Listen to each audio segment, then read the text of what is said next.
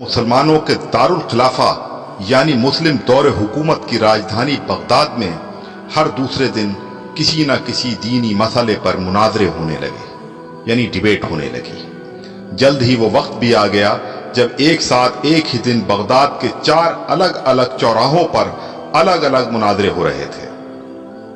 पहला मुनाजरा इस बात पर था कि एक वक्त में सुई की नोक पर कितने फरिश्ते बैठ सकते हैं। दूसरा मुनाजरा इस अहम मौजू पर था कि कौवा हलाल है या हराम है। तीसरे मुनाजरे में यह तकरार चल रही थी कि मिसवाक का शरई साइज कितना होना चाहिए। एक ग्रोह का कहना था कि एक बालिश से कम नहीं होनी चाहिए और दूसरे ग्रोह का यह मानना था कि एक बालिश से छोटी मिसवाक भी जायज है। अभी ये डिबेट चल ही रही थी कि हलाकू खान की क़यादत में ततारी फौज बगदाद की गलियों में दाखिल हो गई और सब कुछ तहस नहस कर दिया। मिसवाक की हुर्मत बचाने वाले लोग खुद ही बोटी बोटी हो गए।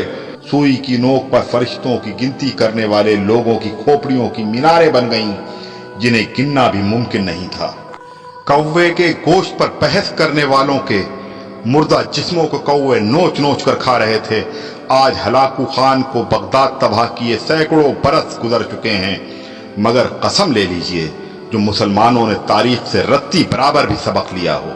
आज हम मुसलमान फिर वैसे ही मुनाजरे सोशल मीडिया पर या अपनी महफिलों, जलसों और मस्जिदों के मेंबरों से कर रहे हैं।